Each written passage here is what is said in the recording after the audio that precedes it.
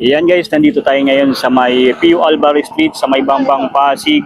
Nakita natin itong mga latag dito sa may Pio Alvarez Street. Yung mga gamit sa motor, napakadami dito guys. Gaya nitong mga helmet nila guys, na 2,500 na binebenta dito. May mga pipe din sila dito na available.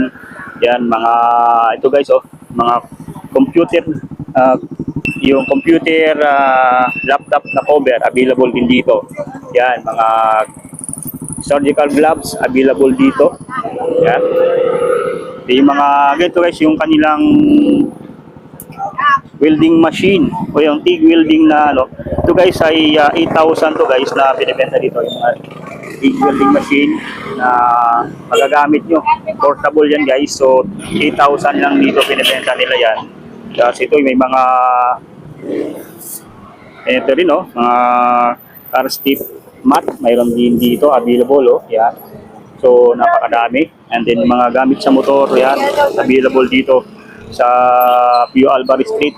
So napakadami mga latag dito na inyong mabibili. So mapapadaan kayo dito, bukas sila dito araw ng Sabado hanggang Linggo, 8 hanggang 5 ng hapon yung mga latag dito na available. Again ito mga ano sa motor oh, yan. Available yan. Ganito, mga 250. Yan, 250 na lang yan dito. Yan, para eksakto yung cut ninyo, meron din dito. Magkano to? 150 na lang yan dito sa latag nila ate. Yan, 150 pesos. Yung precision knife set, available dito. Hanap pa tayo dito ng mga ito yung mga ano sa motor oh, mga switch. Ito yung 250 tayo, 250. Yeah, 300 switch guys oh. Meron dito. Yan.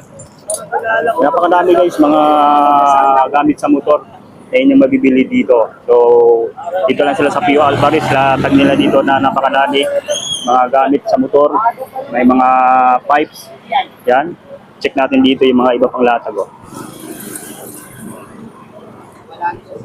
Yan, napakadami. Ito naman oh, yung ano, yung keyboard.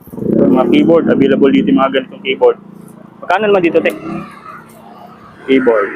Isang set na yan? Yun. Keyboard. So, yun. Check nyo lang dito guys, yung mga ganito, available dito mga keyboard nila. Yan. Baka gustuhan nyo yun, may ganito silang available dito. Yan. Keyboard. At may mga gloves din dyan na available na inyong mabibili dito. So, ito yung mga